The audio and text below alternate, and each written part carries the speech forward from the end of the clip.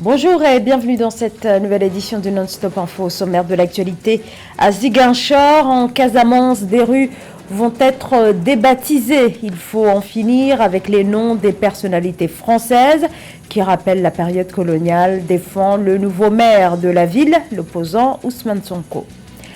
La Banque arabe pour le développement économique en Afrique et les perspectives très positives de l'agence de notation américaine Moody's.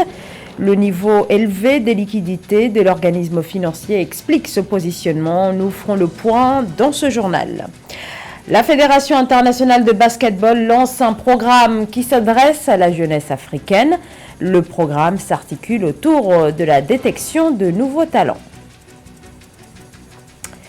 Mais tout d'abord, le bras de fer qui se durcit en République démocratique du Congo entre la commission électorale et le gouvernement autour de la question du financement des prochaines élections prévues en 2023. L'inspection générale des finances a annoncé il y a quelques jours observer de très près les dépenses de la CENI après que le ministre des Finances Nicolas Kazadi a dénoncé deux possibles surfacturations. Certains opposants, notamment du côté de la dynamique progressiste révolutionnaire, proche de l'ancien président Joseph Kabila, considèrent qu'il est nécessaire de ne pas perturber le travail de la commission électorale car cela pourrait entraîner un retard dans l'organisation des élections. Le maintien de certains noms est une offense à notre dignité nationale, considère le conseil municipal de Ziguinchor au Sénégal, qui a donc décidé de renommer les rues qui portent des noms français, des artères, certaines grandes villes sénégalaises comme Ziguinchor, principale ville de Casamance, actuellement dirigée par le nouveau maire de la ville, l'opposant Ousmane Sonko, porte en effet le nom de personnalités françaises.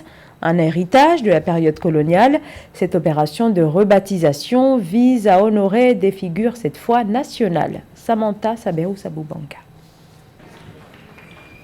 À peine installé à la mairie de Ziguinchor, qu'il a conquise lors des récentes élections municipales tenues le 23 janvier 2022, Ousmane Sonko, nouveau maire de la ville du sud du Sénégal, a annoncé jeudi 17 février 2022 la rebaptisation de 5 rues portant jusqu'alors des noms français. Ces noms seront catégoriquement remplacés par des noms africains de vaillants hommes et de vaillantes femmes ayant marqué l'histoire du Sénégal.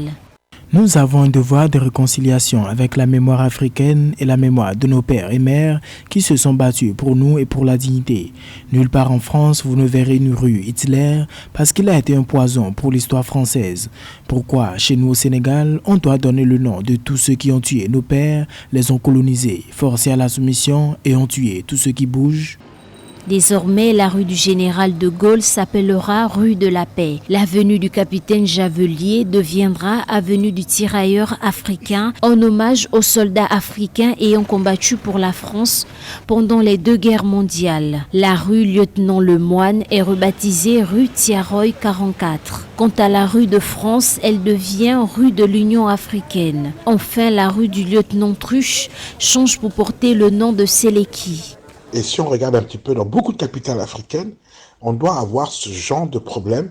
Et je pense que les maires doivent devoir légiférer pour enlever le nom des colonisateurs. C'est symbolique, mais c'est très fort de faire partir le nom des colonisateurs, le nom des personnes qui ont eu à faire des massacres en Afrique. Ainsi, ça permettrait de permettre aux Africains de redevenir fiers de leur histoire et de découvrir même un certain nombre de personnalités, un certain nombre d'événements très positifs pour l'histoire du continent. Donc vous voyez, c'est une opération qui est très très bonne pour Sonko. Politiquement, c'est très bon et ça mange pas de pain. La rebaptisation des rues africaines, au cœur des débats depuis des décennies, sonne comme un devoir de mémoire et comme une véritable quête d'identité pour de nombreux Africains. Hommes politiques jugés anti-système, opposants farouches du régime actuel, Ousmane Sonko, figure anti-impérialiste également, a fait de la dénonciation de la France-Afrique un cheval de bataille. La polémique à Madagascar après la fuite d'une note de l'Office national pour l'environnement qui relance le débat autour du projet du téléphérique à Antananarive, la capitale. projet porté par le chef de l'État Andrade Zoël et financé à hauteur de 152 millions d'euros par la France. Un projet qui inquiète notamment l'organisme public chargé de délivrer les permis environnementaux, qui craint des effets négatifs qui seraient provoqués par les emplacements prévus des pylônes du téléphérique qui vont se situer sur une colline. Pour l'ONE, il y a aussi des risques d'éboulement. L'ONE recommande des études plus approfondies. Moody's attribue une note de A à 2 à la Banque arabe pour le développement économique en Afrique avec une perspective positive. L'agence de notation s'appuie notamment sur la capitalisation de l'organisme financier, sur son niveau d'endettement actuel et sur le fait que l'institution entend prochainement se lancer sur les marchés internationaux des capitaux. Plus de précisions avec Amenedji. La Banque arabe pour le développement économique en Afrique, BADEA, a reçu de l'agence de notation Moody's une note d'émetteur à long terme en devise AA2 avec perspective positive. Il s'agit de la première du genre attribuée par l'agence à l'institution bancaire, une notation dont les principaux facteurs font référence, selon Moody's, à une position de capital très solide et un faible effet de levier, un niveau extrêmement élevé de liquidité soutenu par une gestion et des politiques de liquidité prudentes. La notation de Moody's Investor Service prend en compte le fait que la Banque arabe de développement économique pour l'Afrique contribue elle-même à l'allègement du poids inhérent à ses prêts sur les États bénéficiaires de son aide à travers un système de rééchelonnement du paiement des arriérés. Selon Moody's, la performance des actifs de la BADEA s'améliore depuis plusieurs années. Le ratio des actifs non performants sur les actifs liés au développement a diminué à 2,6% en 2021 contre 5,9% en 2019. Avec des réserves de capital chiffrées à 5,4 milliards de dollars fin 2020, la banque a orienté son portefeuille en Afrique subsaharienne allant d'une marge de 20 à 25 millions de dollars. C'est de cette façon que la Banque arabe de développement économique pour l'Afrique encourage la participation des capitaux arabes dans le développement économique africain et maintient de très bonnes relations arabo-africaines. En somme, c'est une institution qui est discrète mais a un soft power qui n'est pas ignoré des institutions extra-hexagonales qui, malgré leur hard power sur le continent, sont sujettes à polémique, ma foi. D'après Moody's, la notation devait s'élever à BA2, mais a été faussée du fait de la présence d'actionnaires non notés ou faiblement notés. Fondée en 1973, est opérationnelle depuis mars 1975, la BADEA joue un rôle de premier plan dans la canalisation des investissements arabes en Afrique. Le nord du Cameroun est frappé par une vague de sécheresse qui menace directement le quotidien des habitants car les niveaux d'eau baissent. Sur le fleuve Benoué, le plus important de la région, c'est de là qu'un grand barrage hydroélectrique tire sa source d'énergie. Eh bien, on assiste à une chute importante de son débit. C'est un reportage de Roméo Tignan. Au nord du Cameroun, pénible situation pour Diengue Djokei, qui, face à la sécheresse dans sa région, n'aura pas de rendement cette année 2022 sur l'investissement d'un jardin de pastèques. J'ai tellement dépensé beaucoup, mais je n'ai même pas eu le recette de 10 000 francs. Presque 700 000 que j'ai dépensé ici dans le champ là. Donc je suis comme ça pour battre, pour avoir même à manger. Sinon je suis tellement dépassé. Cette technique d'irrigation pourrait lui apporter un peu de chance. L'eau qu'utilise Diengue provient de ce fleuve, la Benoué. Son débit a drastiquement chuté il y a plusieurs mois. Il y a de cela moins de 10 ans, tous ces espaces étaient recouverts d'eau en cette saison. Et actuellement, c'est le contraire, il n'y a plus d'eau et puis on voit plutôt des espèces herbacées qui poussent à la place là où les eaux se trouvent, c'est-à-dire sur le lit du fleuve. Ousmane tient pour sa part des bétails rachetés chez les bergers. Du fait de la baisse du débit du fleuve Benoué, c'est tout un autre moyen mis en place pour nourrir le bétail, habitué autrefois à l'herbe fraîche. Bon, les bœufs que vous voyez maintenant, là, on est en train de nourrir. On achète les bœufs en bout, étant chétifs. Bon, quand on achète les chétifs, on vient les traiter. Bon, on traite l'engraisse, ils ne sortent pas, ils ne mangent pas les herbes. Mais ça fait 3 mois, on les revend. Dans les régions sahéliennes du Cameroun, l'on craint au mois de mars. Ce mois entame le début d'un semestre de grande sécheresse. Sidi Barré gère un comité de lutte contre le fléau. Ouvert au dialogue, il interpelle les autorités. À faire, c'est que quand la proposition de mettre en place un comité de gestion durable de cette ressource qu'est la Benue. Si cette concertation voit le jour, ce sera un plus et tous les acteurs concernés pourront apporter des solutions. Le fleuve Benue cependant fournit l'électricité à tout le septentrion du Cameroun grâce au barrage hydro de Lac d'Eau dans le nord du pays.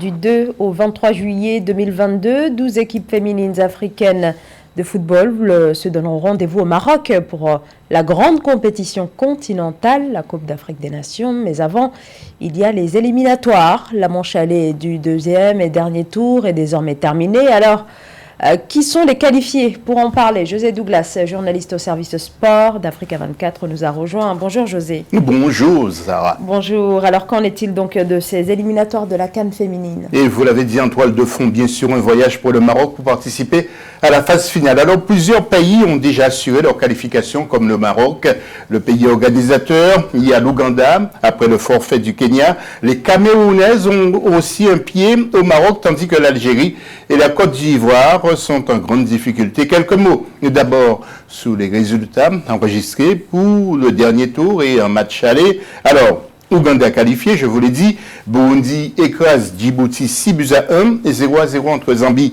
et Namibie. 3-1 pour Botswana contre l'équipe du Zimbabwe. L'Algérie a perdu devant l'Afrique du Sud 2-0. Tunisie écrase Guinée équatoriale 5-0. Victoire du Togo face au Gabon 2-1. Écrasante victoire aussi du Cameroun face à Gambie 8-0. Sénégal-Mali 1-0.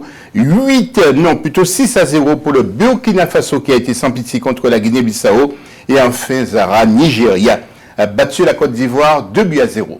Alors place maintenant, José, au match retour. Oui, alors match retour, regardez les tableaux qui vont suivre. Tout d'abord, ce lundi 21 février, il y aura Djibouti contre Burundi. Et puis mardi, Namibie-Zambie, duel à suivre. Mali-Sénégal, un autre duel à suivre. Et Burkina Faso contre la Guinée. Pour le deuxième tableau, regardez, ce mercredi 23, Kenya-Ouganda, mais Kenya est disqualifié, donc Ouganda est qualifié. Gabon, Togo, Botswana, Zimbabwe et Algérie contre l'Afrique du Sud. Et enfin, dernier tableau, Zara, Guinée équatoriale, Tunisie, Gambie, Cameroun pour le match retour, Côte d'Ivoire contre le Nigeria. Alors les équipes qui ont leur chance d'aller au Maroc, il y a le Burundi, il y a le Burkina Faso, pour l'instant, Zara bien sûr, l'Ouganda, bien évidemment, le Togo, Botswana, la Tunisie, le Cameroun et le Nigeria. Je reviendrai jeudi pour faire un point complet sur les 12 équipes qualifiées pour cette CAN qui aura lieu du samedi 2 juillet au samedi 23. Mais écoutons Dorette et Languet, ancienne internationale camerounaise, qui nous dit quelques mots sur la sélection du Cameroun et ce qui est intéressant pour nos sélections à cause des journées FIFA. Nous l'écoutons. Ce groupe-là arrive un peu au bout d'un cycle.